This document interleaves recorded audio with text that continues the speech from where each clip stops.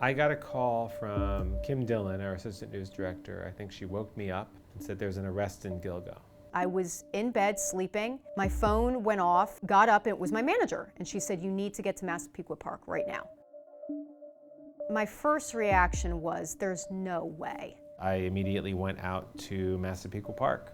I couldn't believe it was finally happening. So as you're driving, you know, your texts are coming in, the calls are coming. When are you gonna get there? When can you get there? As soon as I got there, they're like, we want you on live right away. We're here at the corner of First Avenue and Michigan Avenue in Massapequa Park. I want to show you this red house. This is the house that police have been swarming this morning, 105 First Avenue in Massapequa Park. We know that one suspect is in custody in at least some of the Gilgo Beach deaths. So then we watch them take things out. The investigation here at the house is certainly picking up. Just about maybe 30 minutes ago, we saw officers in hazmat suits going into the house. So clearly they're in there to do some sort of forensic activity. I'll tell you, looking at Rex Heuermann's house, my first reaction was, if there was any house that I would think he would live in, it would be this one. The rest of the street is beautifully manicured. These houses are picturesque. Perfect lawns, flowers, American flags. Rex Heuermann's house is literally falling apart. This one,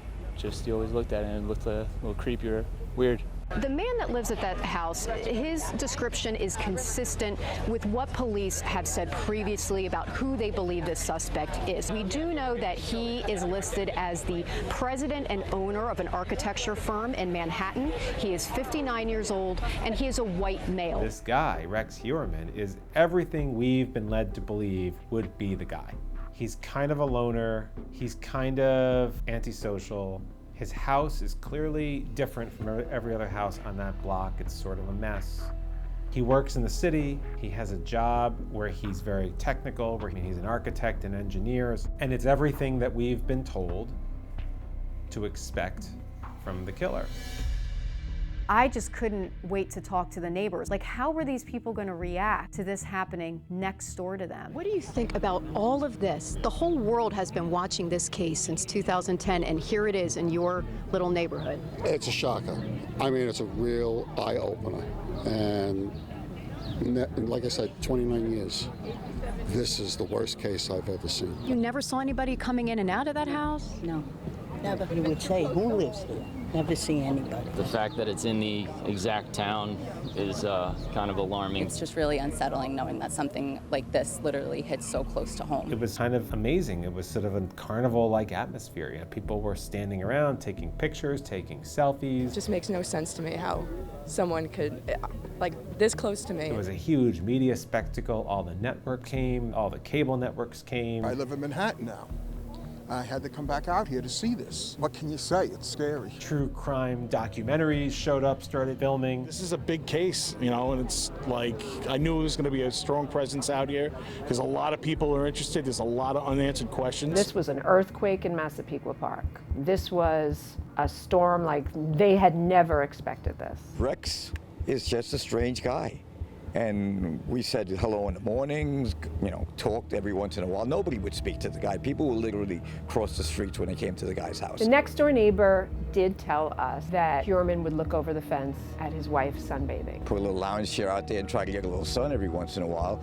And every time she did it, there he was, you know, popping his head over, hi, how you doing? And trying to start a conversation with her. It was really like a surreal experience. It's rare in a reporter's life that you start a story like this and see it all the way through. As someone who has covered this story since its inception, since 2010, this is a day, in fact, I never, quite frankly, thought I would see. The moment wasn't lost on any of us, from the producer in the control room, to Bill, to myself, to Josh. It was the same people on that very first day that we reported on the story that we had continued to cover over the course of a decade. And there we were with an arrest. Standing outside Rex Heuermann's house in Massapequa Park, you know, 12 and a half years later, and having Liz Cho toss to me about this story was so surreal, and it was such a full circle crazy moment. I just felt we had to remark on it. Josh is in Massapequa Park tonight with much more on today's arrest and on the latest on the 3 murders. Josh.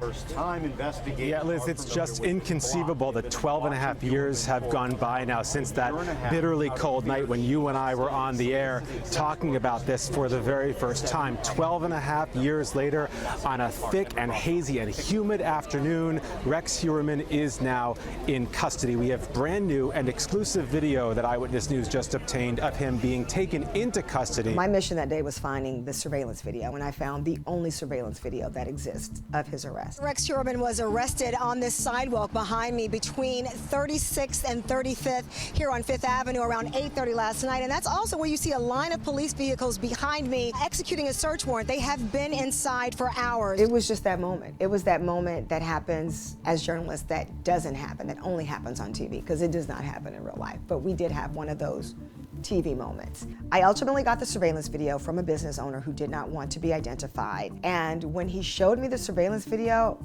I did not know it was gonna be what we ended up seeing. Like him walking down the street, them converging on him, you know, his satchel bag on. He has on jeans and like just casual business wear. And he's just kind of walking nice and casually down the street, and he has his work bag, and we're like, that's him, because we're all watching this in real time, like crazy looking at it at the time, because you know there is a camera there, but you don't know what you're about to see. Surveillance video shows an accused serial killer's last moments of freedom before police move in. It was cash money. It was so compelling. He did not see that coming.